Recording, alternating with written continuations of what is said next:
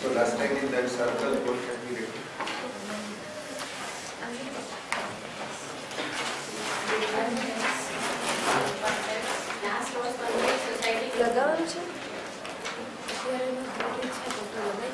So on top we have written y.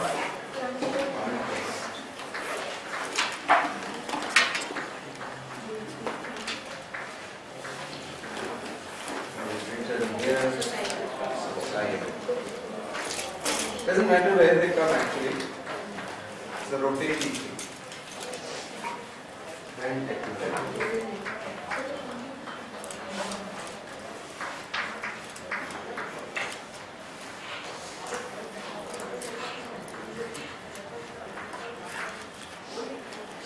And we said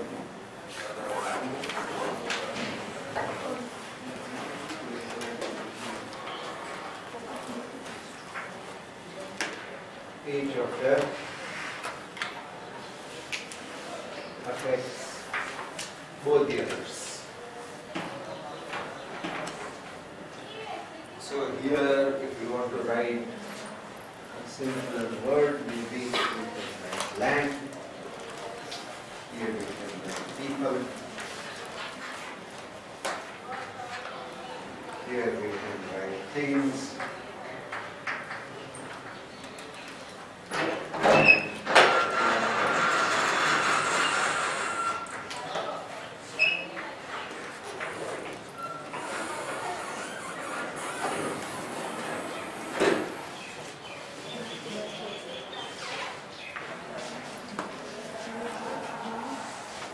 So, when we make homes, houses, we make certain objects for a certain kind of people and using certain methods with certain things. So the building that you make, where does it fit? Here, here, or here, or somewhere else. What you design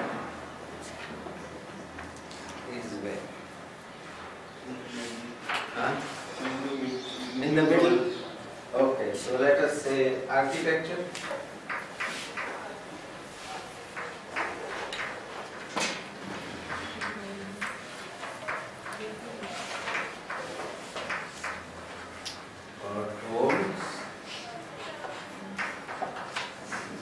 Houses,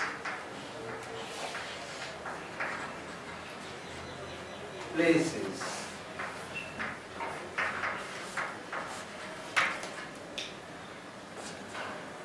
we also wrote some other words there. We wrote language, we wrote the arts, performing arts, we wrote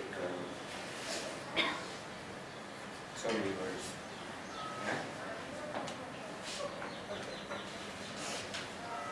How do you understand this? Let's take a few examples. Suppose you have a land which has very good amount of rain, very good soil, things grow very easily, you get lots of fruits. The climate is little sometimes hot, but otherwise quite pleasant. What will happen in such a place when you make a house, say? What will you use to make the house?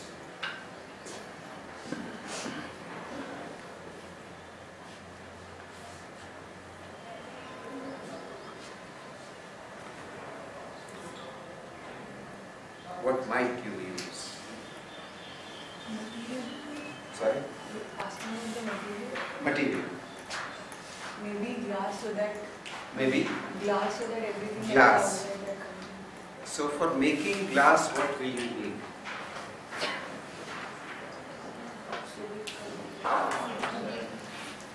You will need sand.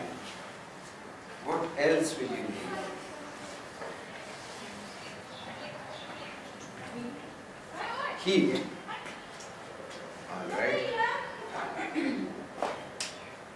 How will you know that if you heat sand with some chemicals, it melts and becomes molten glass? How will you know that?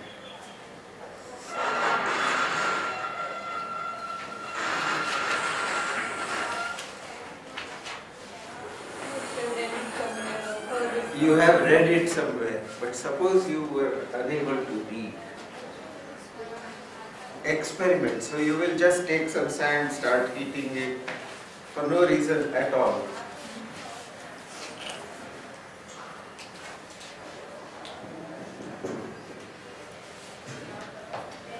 Have we gone on a sort of detour? When we say glass, is it a very easy thing to sort of select and make? Suppose you don't have much. What do you need for making glass? How do you get glass? Do you make your own glass? So where do you get it? From a shop. And that shop gets it from where? There is a factory. And the factory gets the materials from where? So you will need trucks, you will need roads, you will need electricity perhaps, you will need communications, you will need post office or emails or telegrams or something, you will need telephone maybe, you will need... So, the technology which is selected will have implications on the kind of social pattern that you have built up, and only that will allow. Now let's say that this is a Robinson Crusoe situation. You have been left on a desert island, not a desert island, an island with lots of good things. Yeah? Now what will you choose to make the house?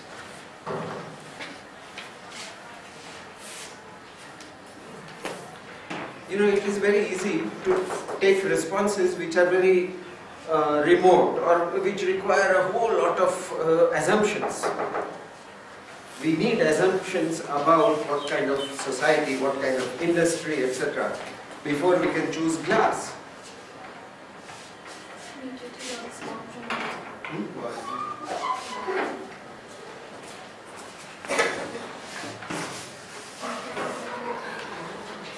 Yeah, now it can be seen that this is not a staged lecture. It is something in which lots of things happen in between. So it's quite a natural process of teaching. Yeah. Suppose your ship was wrecked and you landed on this island which had lots of trees, lots of fruits, lots of soils of different kind, rocks, etc., etc. And maybe there were 3 of you who were stranded. What would you choose to make a house? Wood. How will you cut the wood?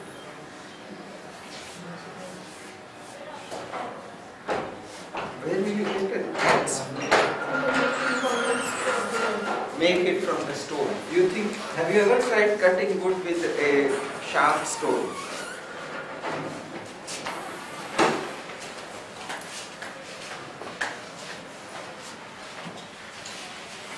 Huh? Have you ever tried cutting wood with a sharp stone? Maybe we should do one of these exercises where we put you on a survival board and see what you can build.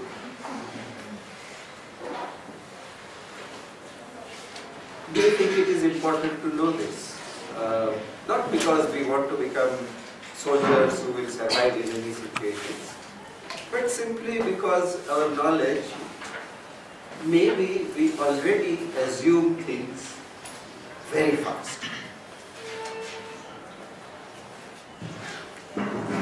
What would you say is good? To do things in a way in which minimum elaboration and minimum organization is required, or maximum? Suppose you had to give a party and you have to choose a menu and you have to cook yourself. Then what will you make? You are calling 20 people and you have to cook. Like we are going to have a class party, you know. How will you make? What will you make?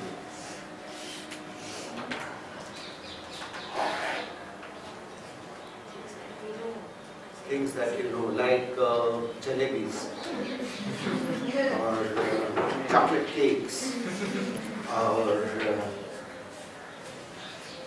you know, really good things that you like. What will you make?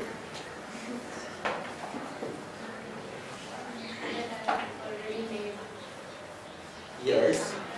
So what? Like what? Say some things. Maggie. Why Maggie? Easy. Okay, 2 minutes. But only thing is that you have to have an industry which is producing Maggie. Okay? But let's say that might be the easiest. So why do you choose the easiest?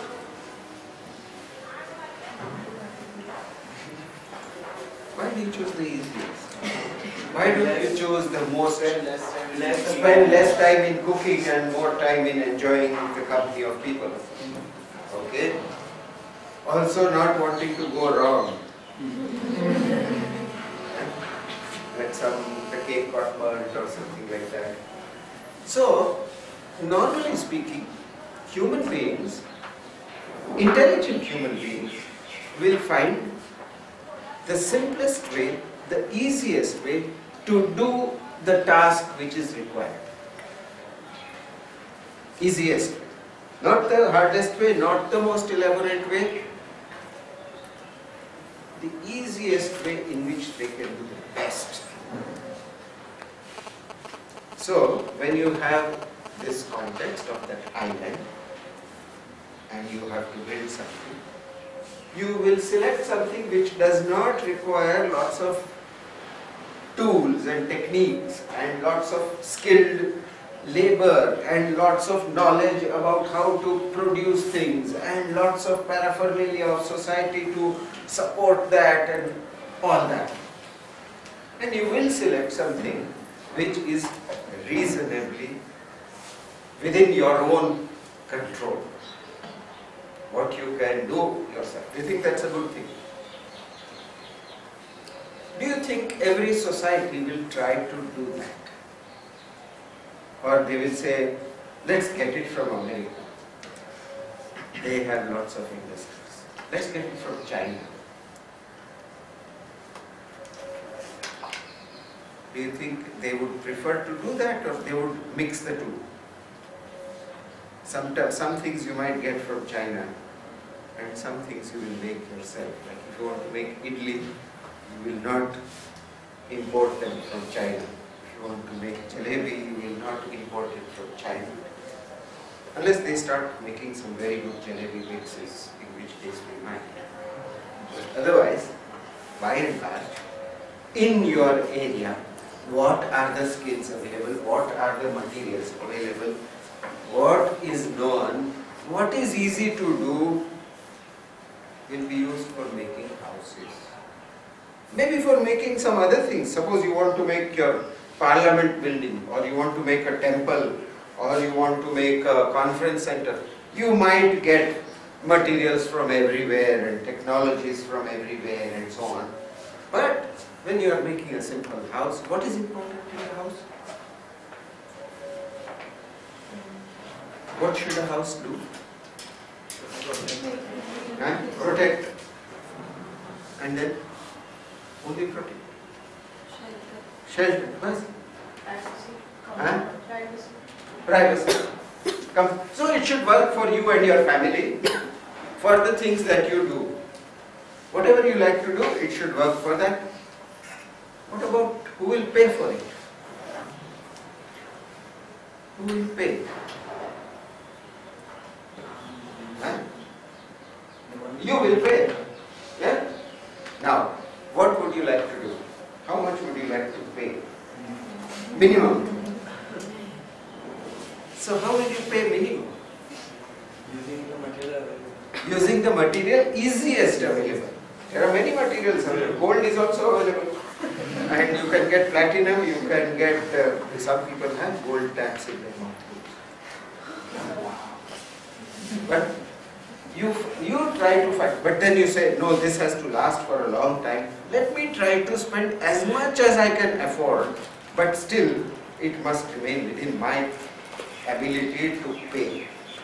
And that ability to pay is related to the kind of work that I do. So if I was working in, let us say, if I was working in France, my salary per month would be so and so and so. And in India, my salary will be so and so and so. If I want get a French architect to send me everything and make the house with my salary, I may not afford it. But if I take things which are available here, I may afford it. So in a house, our situation is that we make the best use of resources in a way in which it serves our purpose, it also shows our way of life, it makes us happy, it lasts for some time. Yeah? And still we will try to see that we don't waste anything. When you cook food at home, do you waste anything? But in a wedding, when they make, is there wastage?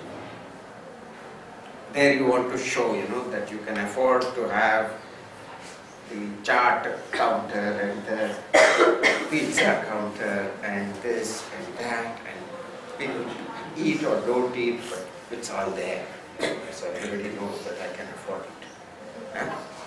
But otherwise, or everybody knows that I think that my daughter must be given the best possible wedding. Yeah? But otherwise, when we do things, we try to make the best use of resources. So, the technology, what things you use and what methods you use is related to people and how they work, how they live, how they make a living, what surplus do they produce. Because you can only get things out of the surplus that you produce. That is related to land. In some lands, you can get very easily lots of surplus without much work. And in some other lands, you have to work very hard to get a tiny surplus. What will be the difference in the two societies, do you think?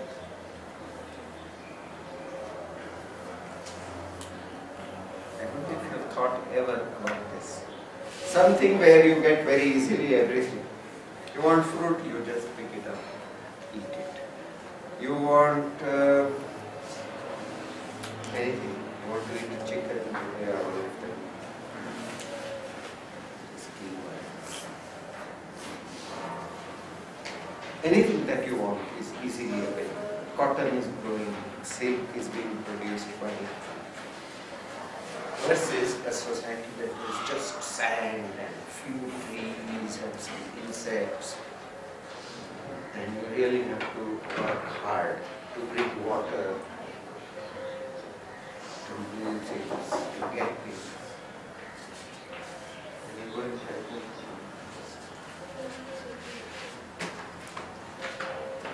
what will be the difference between these two people?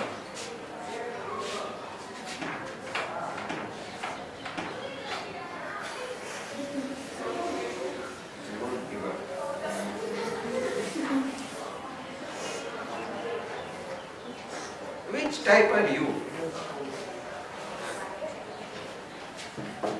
One who gets things very easily or one who gets things difficult?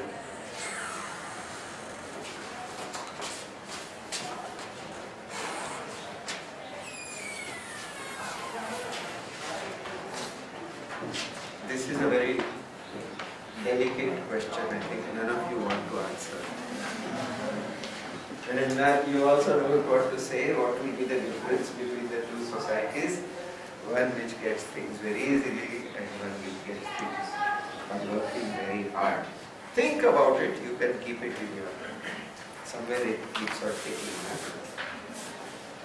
There was a great historian by the name of Toynbee, and he said that there are three kinds of environmental situations.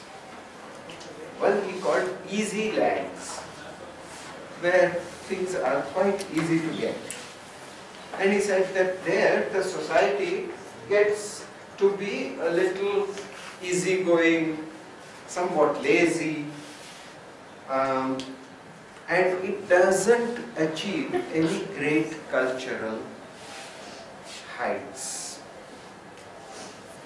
There are other societies which are extremely difficult, and there just survival takes all your energy. Those societies also don't achieve great heights. It is the in-between societies where it's not neither too easy nor excessively difficult that produce great literature, great music, great art, great architecture, all of this. Because people have to organize themselves to get something. So suppose we organize ourselves to do, let's say, a student festival. What is the byproduct that we get?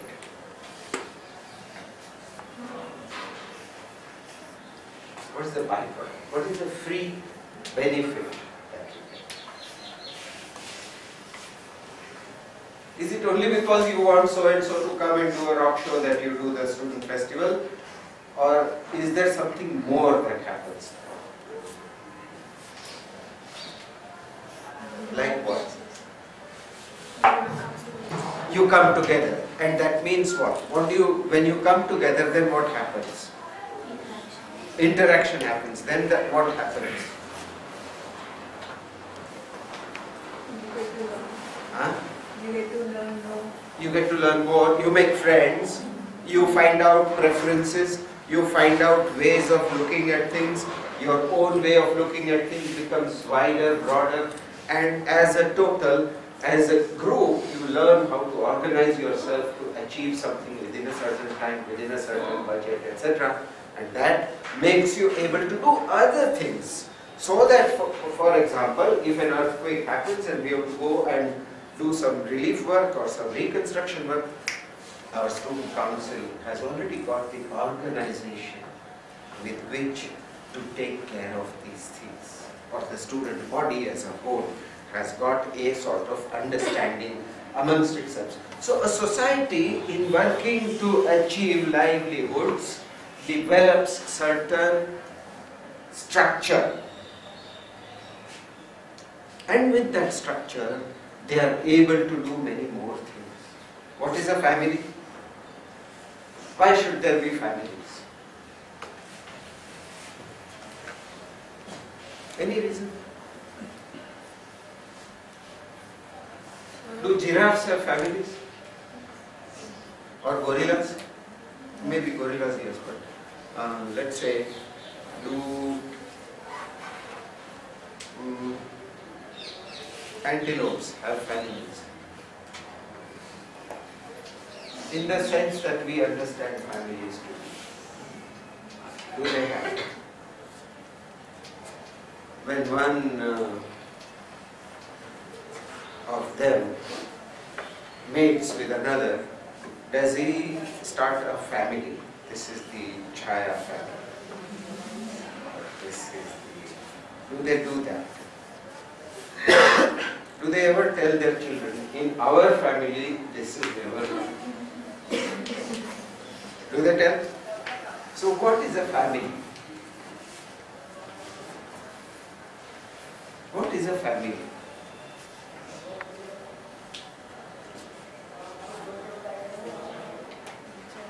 A unit where... Sorry? A unit where people, they try to get offspring to continue their generation. Yes, but that can be done without any further ado. You know, I mean, you can say that A plus B equals AB, then AB has to find a D, AB plus D equals ABD, or like that genetically you could, I mean there's no reason to make a family here. If it is only the continuance of the genetic line. Is it only that? It is to support. Yes. Support whom? The gorillas are there together because they need to support each other. And if there's no way of work, they have. Yes, yes. So to support whom? Each other. Each other. In a human, suppose your brother says, I am here to support you. Will you slap him? I think you will. You will say, get the hell out of here. I don't need any support. But you support the very young and perhaps the very old. Those who are unable to deal with normal situations, you support them. So a family, yes, is a unit by which you support the equals. But you could do it as a society. Like, you know, in the 19th century, 18th century, no, 19th century, Fourier and various other utopian thinkers suggested that parents were the worst people to bring up children. They didn't know anything and they spoiled them or they disciplined them too hard or something. So the moment the child is 2 years or 3 years old, take it away from the parents and keep them in a dormitory with special professionally qualified people to bring them up. You think that's a good idea? No? It's a fantastic idea, isn't it? I mean, look, all those crying and nonsense things happening, you don't get time to do anything. You have not got children yet, so you don't know. You lose everything because of that. So it's better to have this. No, you don't think so. Why? What is a social structure supposed to do? It carries the information, that learnings that a family has had or a society has had from generation to generation. Suppose we had to teach every child anew everything. Suppose we have to teach language, we have to teach table manners, we have to teach how to put, how to close buttons, how to do everything, every single thing. Do you think we could manage if it was to be done separately? So a family is an entire body of knowledge which is conveyed through observation and exemplification. Yeah? Similarly, a society. So a society has a certain kind of knowledge. So if I want to make glass, I don't have to do the experiment again. There is knowledge in this society. I only go to the people who are normally making glass and say, please, I need some glass of 6, 7 thickness of 1 meter by 1 meter, please. And they will say, okay, it will cost you 500 rupees. You say, okay, I'll pay for it. So that means that in everything that we do is connected. But we said that the land and its resources are the way in which different kinds of societies evolve.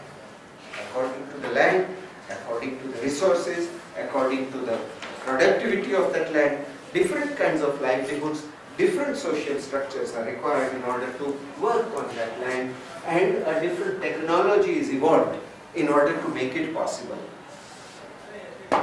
Right? And that, all that learning, this all goes into the making of places. Places are things which condense, which manifest, which make solid all the knowledge that a society has. Everything that we know is there in the buildings, in the things that we use inside buildings. So everything, every object shows the knowledge that a society has. Suppose I take this one. What do I have to know in order to make this? How many materials have gone into it? Huh?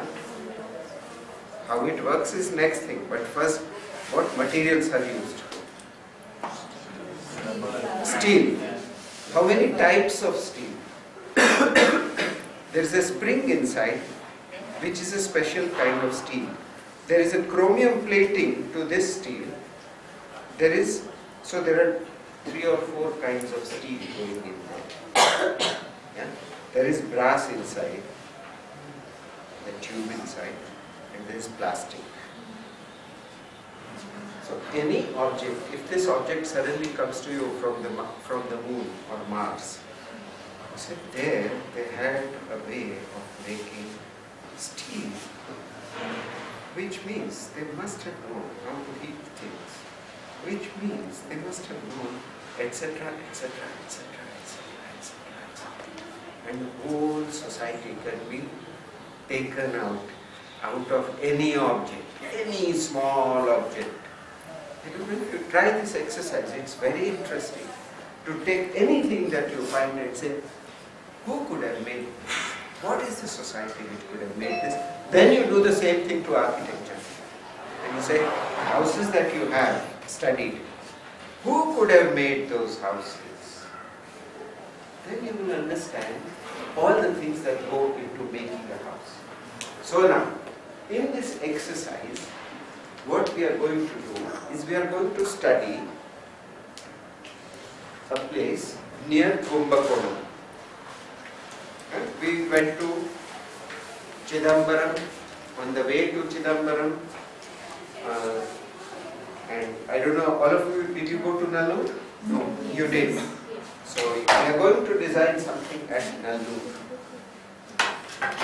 Now do you think 100 years ago Nallur was the same as it is today?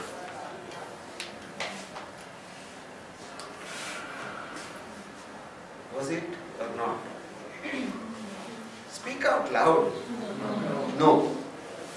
So, how was it different? In what ways was it different?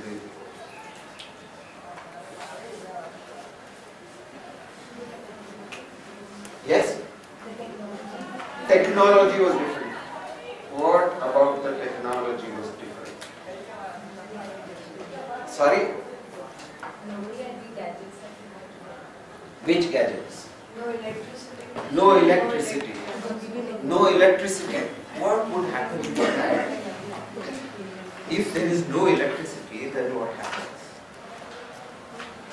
You die. No? You don't die? What happens if there is no electricity? So people must be getting up early and going home. They must be getting up early and going to sleep early. Alright? You don't think they found any ways of artificially lighting up their homes? Fire. Full fire only for making light? Candles. Lamps. Lamps with what? Oil. Kerosene. Kerosene was, it has to be done from the ground. घास तेल, मिट्टी का तेल जिसको हिंदी में बोलते हैं. That means it is, you have to go deep inside and bring it out. It comes out with all the petroleum products. And it's one of the refined things that you get out of crude oil. So kerosene was not there. Oil, let's say oil. Which oil? Coconut oil. Why coconut oil? Coconuts were falling all the time, or you could climb a tree and get one. But then how do you get oil out of a coconut? You let it dry. You let it dry, then? Then you grind it in a mill. So the whole coconut you put into a mill? Divide. What do you do?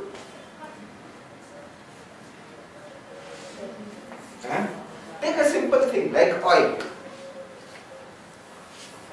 How do you make coconut oil? but white part, how do I get to the white part? We let it dry, then. But how do I remove the white part?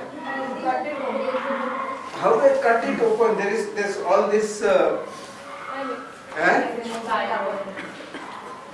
You remove the fibers, husk, or whatever you want to call it. How do you remove the here? Like that? They have a single kind of. Oh, they have what? They have what? They have a single kind of. They have a single kind of thing like this, on which they do. Huh? Where did that come from? This is horrible, you know, you never get to the end of it. One coconut, to find its, how to work with it, I will have to go to making how to make steel, how to sharpen the steel blade, how to do this, how to do that, how to make a smithy, you know, all those things I will have to do. So, it was a primitive time when there was no electricity. Should I say that? It was a primitive society with no electricity. Nearby we saw on the way to Chidambaram, that village where they made the bronze statues. And in Madurai, in the museum, we saw the bronze statues. Weren't they wonderful? Huh? So how did they make them? Do you know how those statues are made?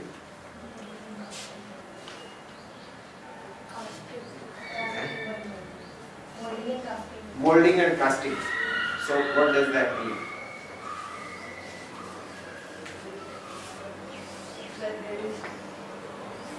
They know how to make a cast and then. Sorry? They know how to make a cast that will resist the heat of cast.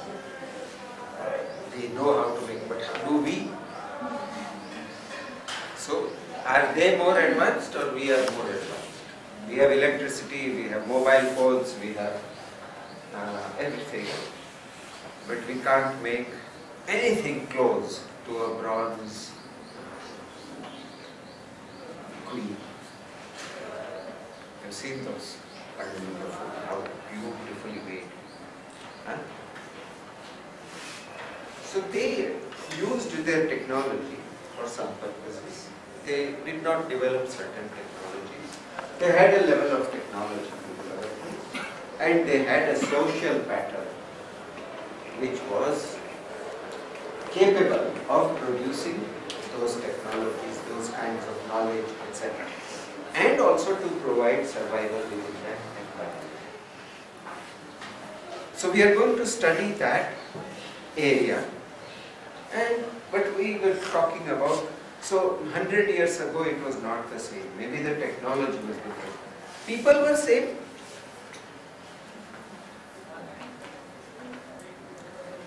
Do you think the people were the same?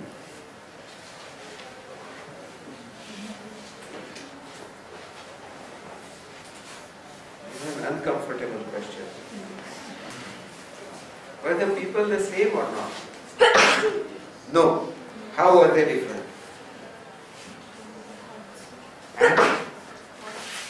Horns. Horns. I thought you were saying they had horns. Thoughts. Thoughts were different? Maybe they were educated. They were not educated. Now they go to school and. Yes. This is the other thing that you will come across. 2000 years ago and up to 1000 years ago, Tamil Sangam literature is perhaps one of the finest literatures that we have in the world.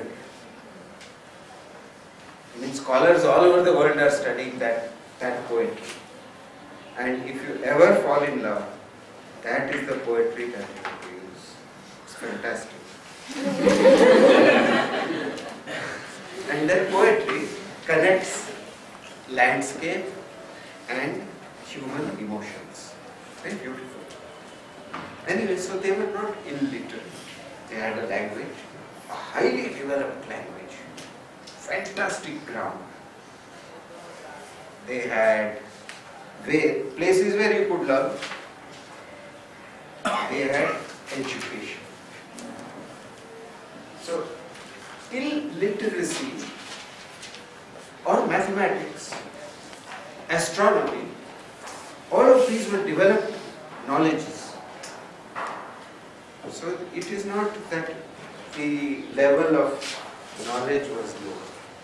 It was compared, they didn't know how to make spacecraft. Most importantly, they didn't know how to make iPods. Terrible. But otherwise, they knew some things. Huh? Okay, so they were somewhat different. Yes, they did not have science of the same kind as we have today. They did not have knowledge of atomic physics, perhaps. They did not have knowledge of certain things. But they were not illiterate. Their knowledge was sometimes in different directions from what we consider important today. And more developed, some of the things in which we are more developed, they didn't take much interest. Shall we put it that way? Okay. So then, what else? How could they be different? Now you have to imagine yourself as a person growing up in those times at Nallur and today at Nallur. What would be the difference? In occupation. Huh? In occupation. Sorry? Occupation. Occupations. Like Now what they have- differences in now- occupations? Now they have their own shop. They have their own Shop. shop. And before they were editors. But They some might must be- have had shops also. Somebody must have sold some things, no?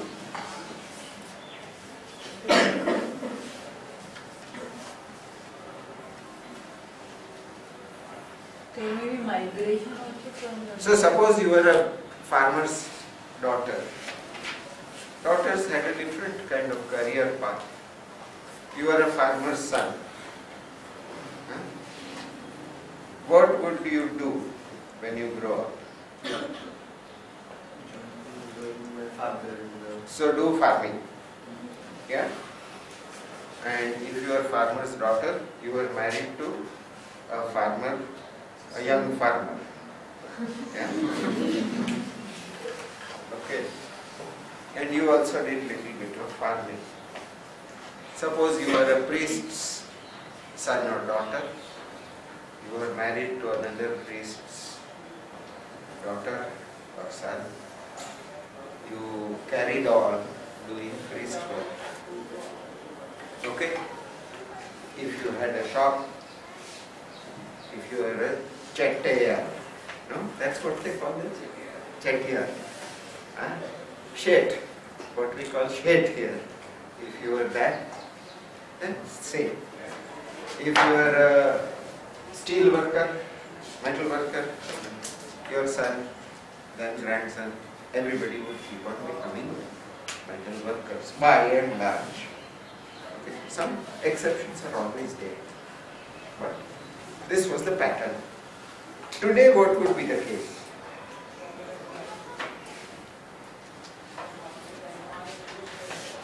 If you are in Nallur,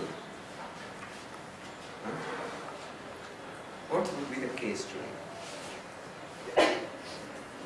Rather than their own occupation, they would look at the one who has more wealth. Study, yes.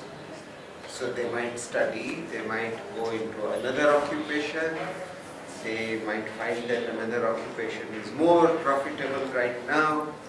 So IT, animation, those are the things that you get into and you become a typical Tamil young hero.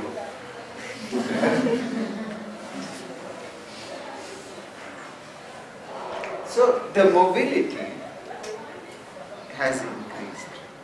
You can do different things. Even farming can change. So Nallur has got certain something which has come from many hundreds of years of activity there. What has come? Language has come. Social customs have come. So even if I become a computer engineer, when I have to get married, then what do I do? In Gujarat or in Rajasthan or so. I don't know about there what happens. I sit on a horse. Just see the fun of it. There is this highly qualified atomic physicist sitting on a horse with a turban, yeah? Or wearing those strange things that people nowadays wear, yeah? Full of embroidery and gold and all that. Yeah? They never wear anything else. Yeah? So for that moment, they will go back to the customs. Why do they, at these times, when there is a wedding, when somebody dies, when there is a child born in the family, why do they always go back to the old things? Most people.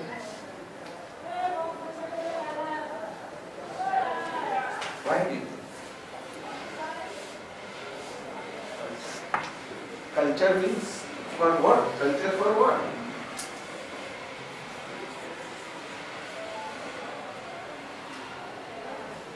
Say that you belong somewhere. That you belong somewhere. That is for what? Why should you belong? I am a world citizen. I am. Whole world is mine and I am my world's. Why should I belong to one particular place? Huh? Today I can eat pizza, tomorrow I can eat idli. Great. Fantastic. No?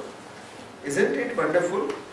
But you also need to have something which says our knowledge of the world has been built by this tradition. And we are part of that tradition. So to some extent, to different extents, different people agree to continue a tradition. Some people say, no, we don't need that. Let's change. I don't want dowry to continue. I don't want privileging of males to continue. Good. I say, okay, I don't believe that. That is not the good part of my tradition. So there went to changes at that time. So over a period of time, there is change in technology, in social organization, and there isn't a change in the land. How is there a change in the land?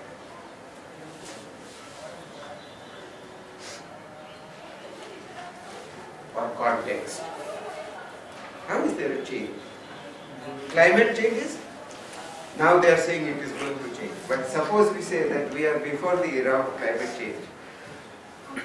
Will climate change from over 1,000 years, maybe over 10,000 years, there was an ice age, I don't know how many thousands of years. And it will come again naturally, of course, they always come. But by and large, one can depend on the climate. It will remain similar. Not exactly the same, but similar. Will the mountains move away? Will rivers change their courses? There you have the thing. Rivers may change their courses if you want them. If your technology. So, one of the things about this area is that the Kaveri has been a river which has been for over 1,000 years. Human beings have worked on using the water very carefully in growing rice. And they have an irrigation system which is over 1,000 years old. So it's a very strong thing. And irrigation requires what? How do you irrigate? Sorry? Build dams and canals. So what? Dam is, from there the canal goes, and the water goes to the farms. So dam will be at same level as canal, higher than canal, lower than canal, higher. Why? Yeah, for your gravity flow is the easiest. So in Narmada they are now pumping over the hills in Saurashtra to reach the other side. The largest pumps in the world have been installed in order to pump the Narmada water across the hills near Virambala. But originally, irrigation required a very good understanding of the levels of the land so that you could train the water. Now what happens with that? When you have water flowing in the canal, somebody first of all has to build a dam and build the canals. Who builds? Huh? Group of people or you? Group of people. So you said, "Chal, yes, let's build a dam." Okay, he said, "दो आदमी से नहीं हो सकता है." He said, "Come on, let's convince the whole class." Then they said, "Come on, you can't build a dam with 40 people. You need at least 10,000. What will be required? Knowledge, of course, yes. Knowledge में क्या है? You put some mitti there and it stops the water from going. Organization. Like what? A CEO. You form a company. Yes, it can be done. That is one of the ways.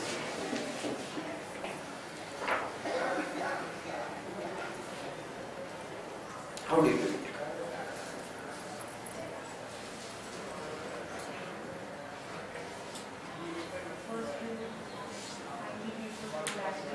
Huh?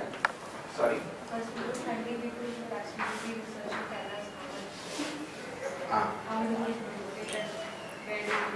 You know, all these ideas of letting others do. If you are in that part, you would say, if you want to build a dam, you need to be able to order the people to do it. नहीं तो नहीं होगा. So I need a sword, I need an army, and I need to be a king in order that I can make thousands of people do it. But they will not let me be a king unless there is something which says, yes, we should be king. So there will be a religion which will say, oh yes, this is a divine king. Once I have got a little bit of power, then they will say, yes, yes, he is sent by God. And so you have to believe in God, you have to listen to the king, and you have to organize families, villages, societies, etc., etc., in order to do this. This is an extensive action over the whole of that area. Thousands and thousands of square kilometers. The kings saw to it that the water was organized and the water flowed to the lands. But then you will need some people to locally control it. Suppose I have water and her farm is the nearest to the dam. So as soon as it comes, she opens it, takes all the water. And my farm is further down. And I say, but let me have some water. She says, nah, I have to see that my crops are good. Forget it. You won't get it. Then what will happen? They will form village control groups.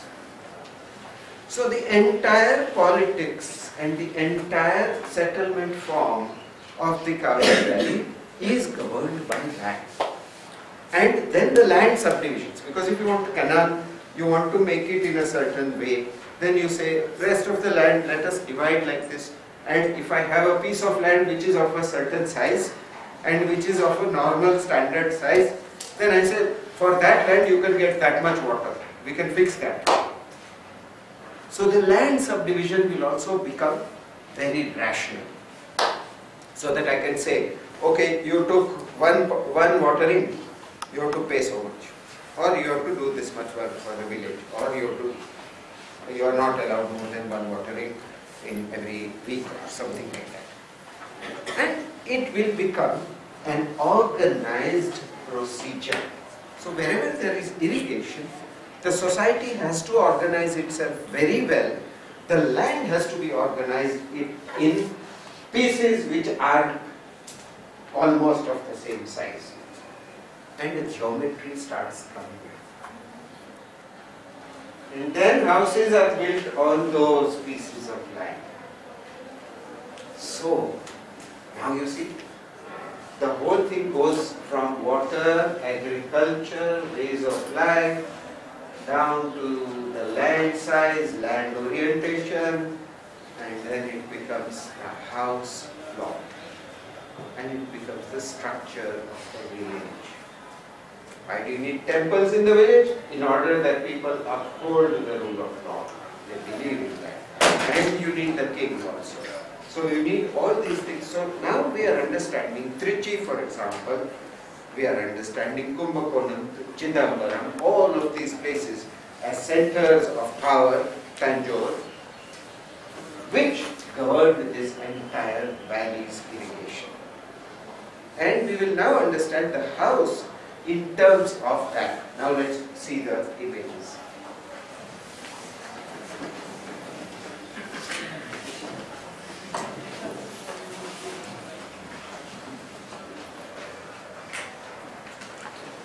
Okay, this, I think it may not be very clear to you. Can you see it?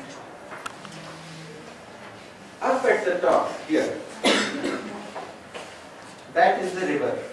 And at this particular point, the river subdivides into 2-3 different streams. They all have names, but that's the river. That bend in between, up there on top, is the river. Can you see that? Now, from there, the canals come to the different villages. And can you see how the land is? It's a checkerboard. Can you see that? It's an amazing pattern. Because otherwise, in many other parts, you find the land is not subdivided so uniformly. But here it is. This is Nallur. And this is the belt, that is Papanasham, and then there are a number of villages which go here. Why villages are here and here, here, here? Where do you think they will build villages?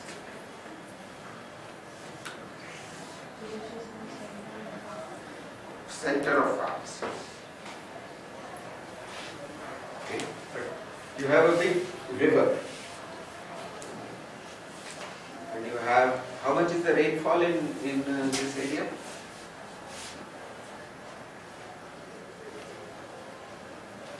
Did you check it? It's very high amount of rainfall. It was 1500 millimeters now, again, reaching per year. Double water, double years.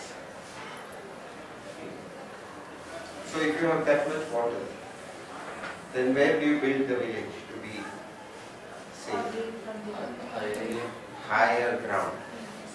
So from this plan itself, you can see here that these are patches of higher ground. Water from the river is brought in canals, and this all is lower ground. Lower ground is good for growing rice because you have to flood the field with water, and so it's a wonderful place for growing rice. And on the higher areas, you can grow coconuts, you can grow various types of fruits, vegetables, etc. And agriculturally, it becomes very rich. Next slide.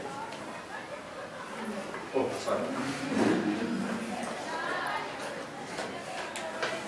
So, if we make a drawing of that, it looks like this. The river, Nallur, Papanasham, and then the whole series of villages along that sort of ridge. It's a slightly higher piece of land. And you can see here how the land is subdivided.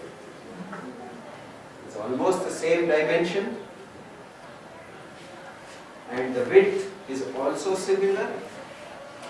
And when several brothers subdivide, then they get split of that. And you can look at the village even. And within the village, the land is subdivided in the same way.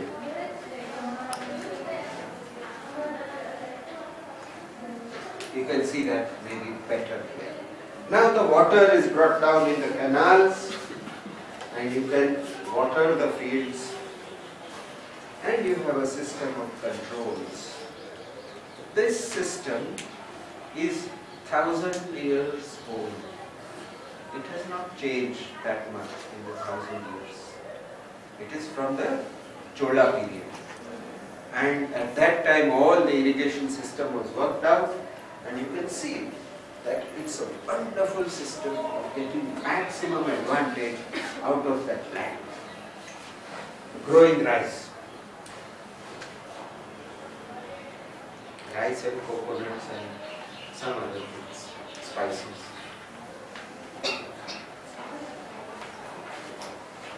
This shows you the contours. The lighter parts are the higher level. You can see Nallur is sitting on a slight mound. You can see this one is sitting on a higher ground. And you can see that these lower parts, this part is lower. So you could take some of the groundwater, or you could take the water into these tanks around each village. So each village had a tank and water, which had some religious meaning. It also had the job of draining the village and seeing that it was in flood, it did not get flooded. It was also a way of getting soil for building the higher part on which the village would be built, because you had to make higher village. So you must have noticed if you went to Nallur streets that they looked a little higher than the land around.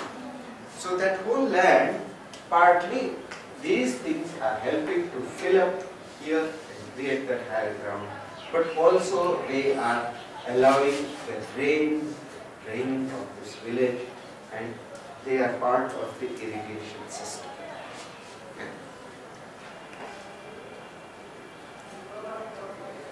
So this shows the villages and the roads. Now the new things that have come, the railway for example, that's the railway line, and these are the roads, the highways, this is a national highway, and so all those new things are there, and because of that there are connections to nearby cities. Because of connections to nearby cities, people can have a job in Kumbakonam or in Trichy or somewhere nearby, not in Trichy but in Kumbakonam or Tanjore, and they may live here and go to work there. So you now are getting a different kind of village pattern, that people, some of them are doing farming, some members of the family are doing farming, some others might be doing jobs, and they may have their own vehicle or they may be taking public transport. And over a period of time, over the last few years, and I think this will increase, all these small towns and villages will form a blend of agriculture, industry, and different kinds of work all nearby. And if there is a transportation system, it will be a very interesting combination of agriculture and other kinds of work, provided we think about it from before. So that's Nallur itself. This is the street along which we measured some houses. At the two ends are the two temples and the small tanks. What we are going to assume is that Nallur is expanding. Some families are going to come here and maybe here. Okay. And we are going to think about a changing society. We know that it was like this. It is like this. What are the new things you can see in the photos already? Can you see the photos? What new things can you see? I can see at least two new things. Hand pump, yes. This handbag. And, sorry? Roads. Roads were there, of course. They have cars, but a cow. Pakka house. No. Pakka they knew for 1,000 years. They built temples of stone also. Right? Have you seen how at Tanjore, the stone at the top, it weighs how many tons? Do you know? And top of the Gopuram, the Amalaka, that stone which is at the top, it weighs 64 tons. How did they get it up there? Still today, historians are trying to reconstruct. Some say they built a ramp in sand. Some say they built a straight ramp in sand. There are different theories. Some say the Martians came and they had spacecraft which could lift these things.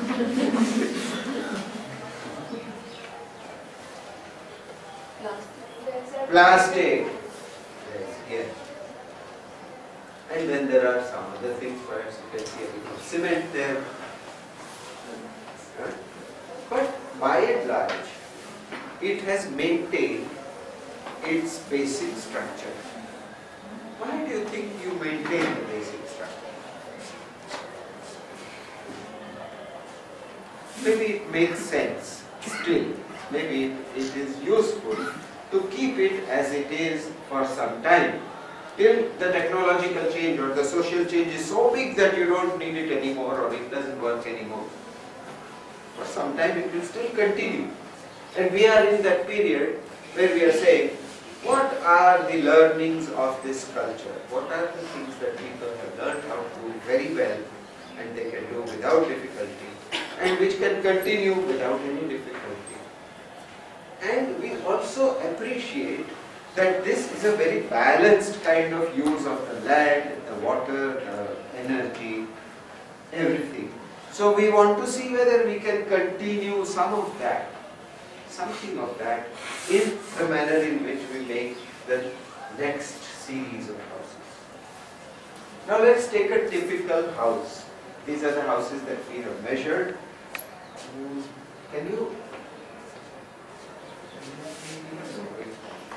Can you see this part?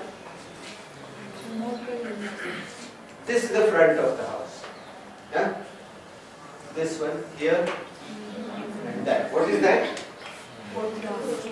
Yeah, that in Tamil you call it something else, not a potla. What is it called?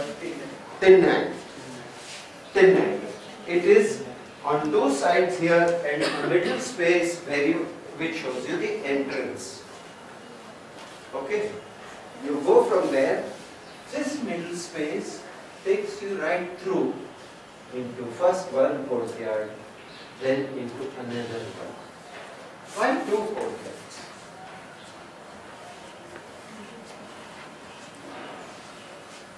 Different for users. One is where you can allow public, That second courtyard is for what? Who were there? The cow. But what happens in this room? That is the kitchen. Kitchen. So their whole act of cooking was very sacred. You have to maintain purity, you have to maintain a certain hygiene level also. So the kitchen, which is near to the garden, if you go out, then there is garden, you can go and pick up curry leaves for doing the tadka, and you can pick up some coconut and do something. All those things are available there. So you go there from the kitchen, but kitchen is at the end, it has its own courtyard. So you have something which is a social courtyard, and you have another one which is a work courtyard, or a dry courtyard and a wet courtyard. And everything that has to do with water and cooking and all that goes there. And then beyond that, there is still one further courtyard where washing and other things can happen. It's not a courtyard, it's just an outdoor space. See how this space is made. It's that space. Why do you think they have, in this house, they have a level difference here between this and that?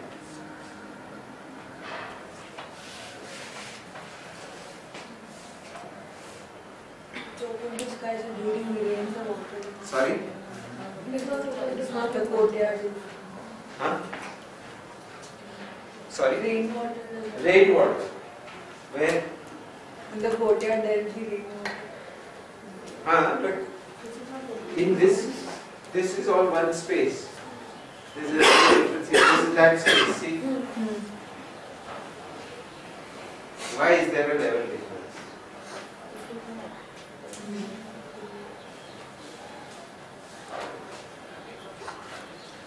Now you are all Indians, so I can ask you, suppose you imagine yourself coming into the house, coming here, then going here, and then going here. Will anything you do, will you change anything? Do take off something? Shoes. Where will you take off shoes? Outside means where?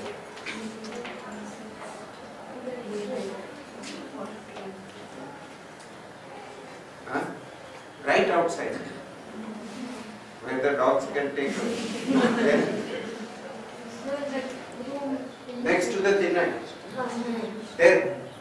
But you are a house person. Inside, you are a family member. You will take off your shoes there. Here? No. Then where? Means here. Here. Then Maybe there. will you go with shoes here? So within the house there are different gradations of what is pure and to be maintained as pure and what is everyday use. So there are a lot of subtle, very small things by which this house is giving messages. It's saying, you can walk here, but please be careful when you come here. This space is very important. See how it is done? All the photographs, the puja is here. And there is some other photographs of family members. Everybody is sitting there.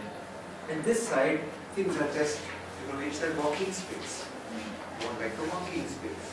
So a house tells lots and lots of little stories like this about how people live. See this courtyard? This is which courtyard? That one. So what is growing here? What is this? You can ask those questions.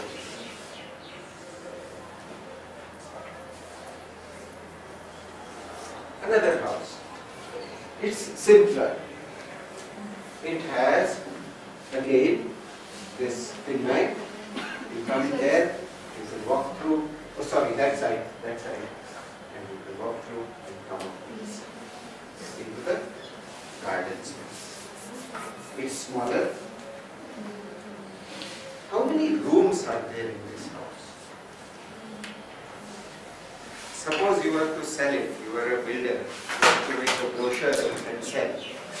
How many BHK will you write? Huh? 2 BHK? Will you write that? Do you think that's an honest description of your room? Right? Are there bedrooms here? Is there a dining room here? Is there a living room here? Is there a drawing room here? Is there a study room here? Why do you think they were so... Suppose you want to study in this house. Where will you sit? Around my lecture should end.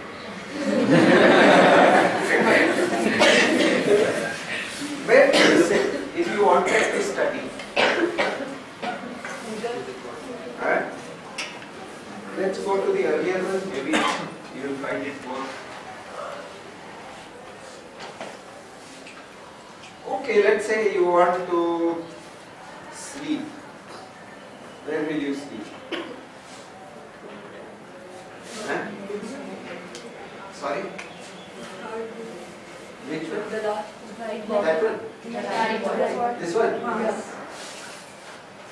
big enough for a bed.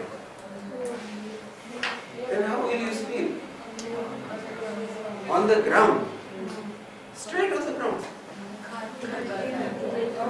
Mat. So where are the pillows? No, a bedroom should have a bedside lamp and this and that. No. It could be without it. If you prefer, you can have a bedroom with that kind of thing. But you can see here that our houses are made in a way in which they only tell you generally the kind of activity that might happen there. What could be the serious and pure activities? What could be the playful other activities? And it just marks out that. It marks out maybe where family members can go, where visitors can go. But it doesn't cut the house into compartments. Good or bad? Huh? Good or bad? Why good? Because every time you have something. No, but suppose you and your friends were to have a sort of, you were working all night on the studio things and you wanted to have some, some fun and at the same time working and all. Do you think this is a good house for, because your other members of the family, they are sleeping? So when there is more individuality, maybe this house is a little difficult. Suppose you and your boyfriend went and said, we just want to talk, please don't, we are having a fight, don't come and, so, but then everybody is walking, you are sitting here, everybody is going here and there. Huh? But it's very good if I'm feeling depressed. So I go there, children are playing there, somebody asks, hey, kya hua terko? That kind of thing. They come and cheer you up. It's a different kind of space. It's a space which emphasizes the togetherness rather than the individuality. And one of the changes which is coming in our society is the change from a togetherness to a sense of individuality, which is not bad, but which we need to find a way of integrating in a way in which it doesn't destroy many things which might be very good. So that the house itself is one of the finest things through which we understand our being in this society.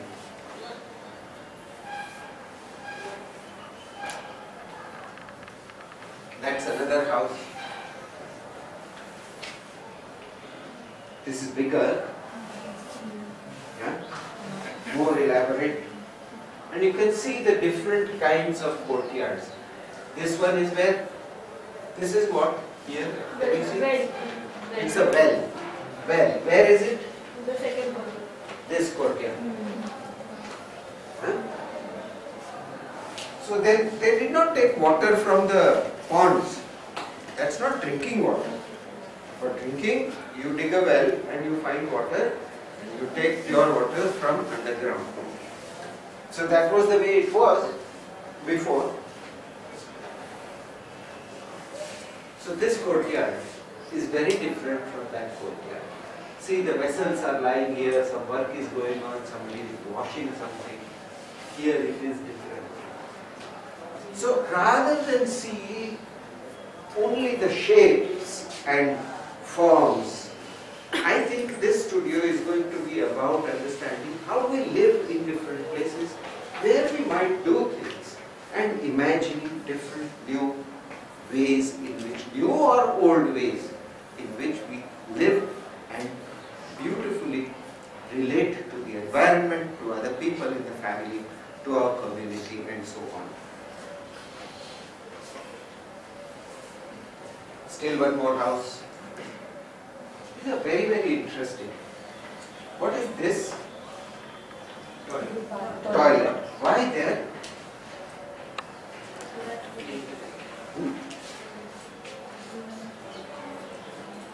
You must have seen also old houses in Gujarat where the toilet is at the back, outside. Have you seen? If you go to Paladi, Jain Society and all those old houses there, you will find number of houses which have you have to go out and then you have to go to the toilet. And everybody knows who is going to the toilet. That apart, why was it built there? Maybe it was built later. Huh? Later, but but you could have easily done a compartment within the house. Drainage. Huh? Anybody has old people in the family? So what is their attitude towards these things? Huh?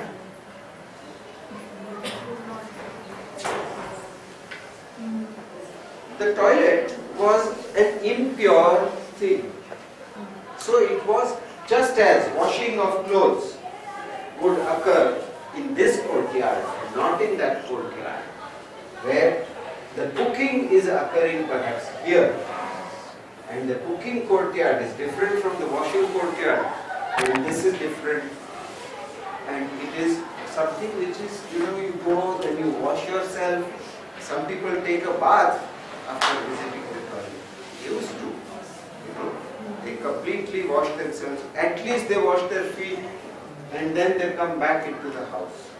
So that there was this sense that that is why it comes before. You used to go to the fields and when you came back, then you again washed yourself before you came into the house. So it was that kind of thing. So this is the place where God is. So you don't, have anything like that there. This is also the place which is, this is a house which is protected by this God, and we are all happy together in believing in Him, etc. or her, and so on. So the house is really a diagram of relationships between the people amongst themselves and with others and with the nature and with something that they believe in.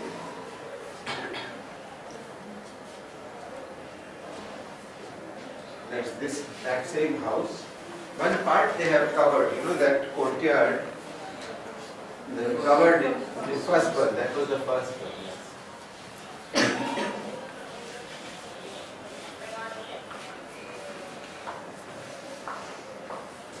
So, as you have seen, every land, the front on the street was the owner's porch where he would welcome people. Into the first room he would welcome people. Some people would come into the first courtyard. Family went, mostly used the first courtyard. Then the cooking was happening in the second courtyard, sometimes washing also side by side. Later some of them had a third courtyard where washing took place. Then there was this large piece of land where there were all kinds of things were growing. What was growing there? Coconut, then curry leaves, then these are the ones that I said. Other than that, what have you seen? Small vegetables. Vegetables. Which vegetables? Banana. Banana sometimes, yes. Pomegranate, some fruits, various fruits, vegetables, etc. And the bamboo also, because bamboo they could use for making many things. And at the other end of the plot, there might be some other building which opens onto the street.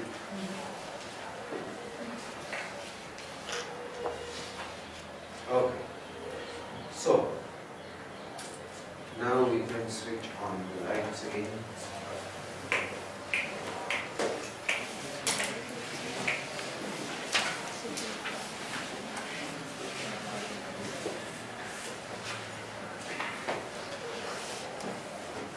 Now there is a program which we will give you. I think I mentioned to you that 4 students will each take up one family. There are 4 families that we are designing for, and 4 of you who are sitting nearby will select one family each. Now, each family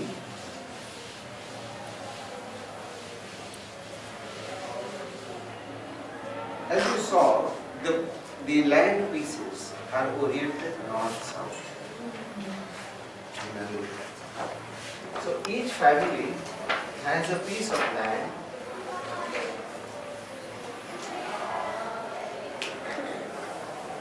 which is 9 meters by 90 meters.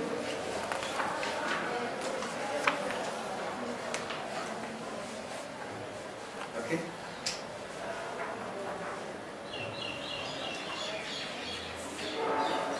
Proportion is wrong, no?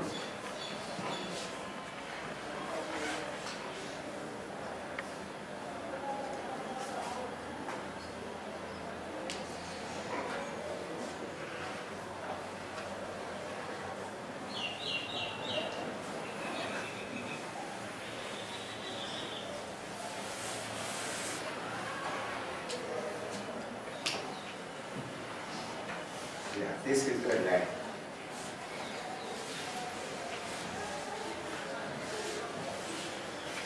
That shape. 9 meters by 90 meters. How much area is that? 810 square meters. Earlier it was 3 of them or 4 of them which formed one land, one agricultural land. But they have been subdivided and given to various brothers long ago.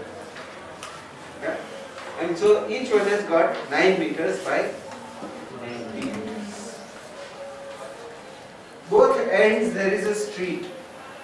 Street here and a street here.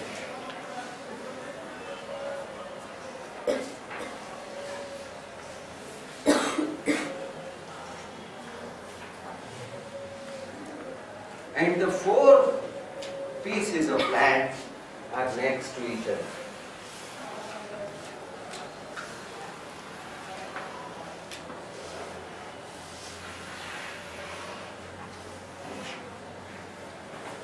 So this is student A, B, C and D. Or we have called it HH1.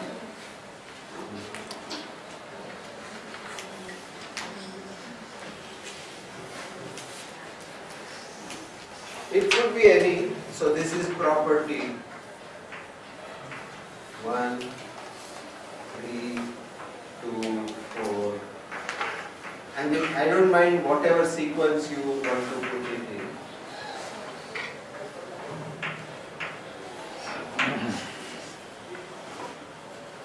Okay, there are 4 families, 4. And they will of course have a, they will build like that, another one like that. Okay. You can go right up to the edge of the property if you want. It's your choice. Now we have given a description of all the 4 families, which I will read out to you. So if you want to ask any questions, you can ask. So property 1 is a farming family now developing an interest in tourism, homestay facilities, cultural landscape tours and restauranting are their new activities that they are getting into. Cottage scale food processing.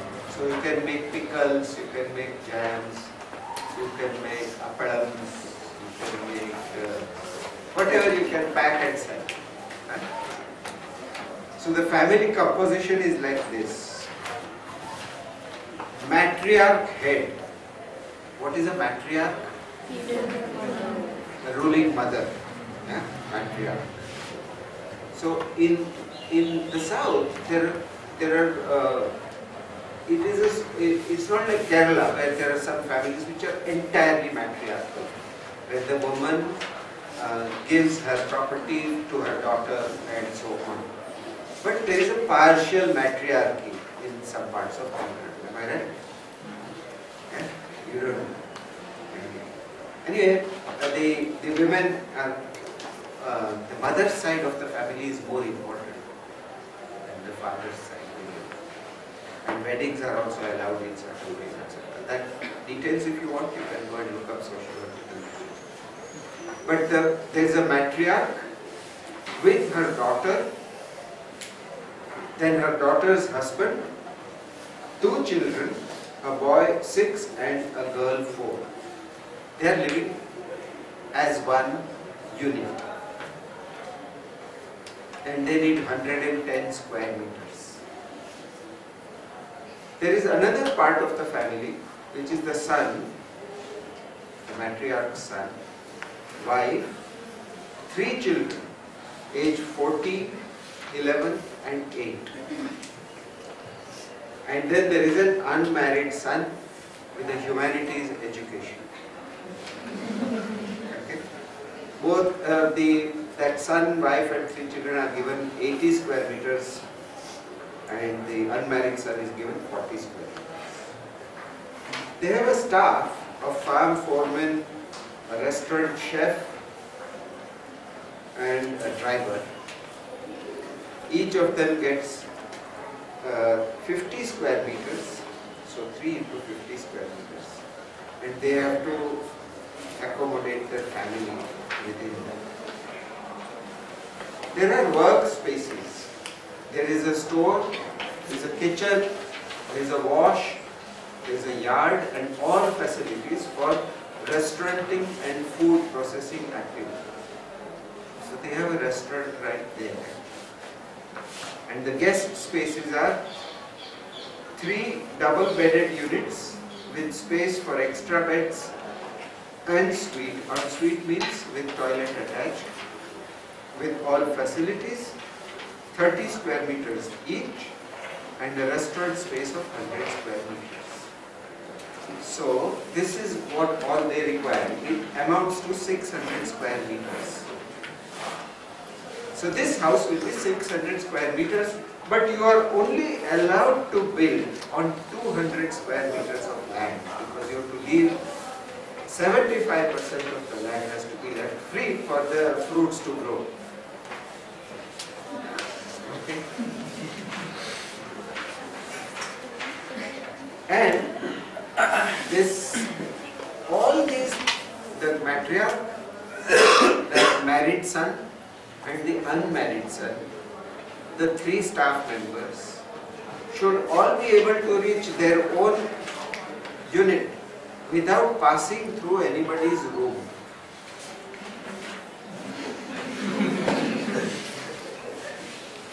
Yeah? There should be also people who are coming to the restaurant should not pass through the house. Obviously. Okay? So that's the first one. Second one is like this. Farming activity earnings supplemented by diversifying into service sector job at Kumbakonam and migration abroad.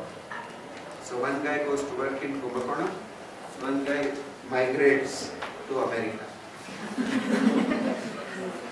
So in that again there are 3 units. The man, the first one, man or eldest son,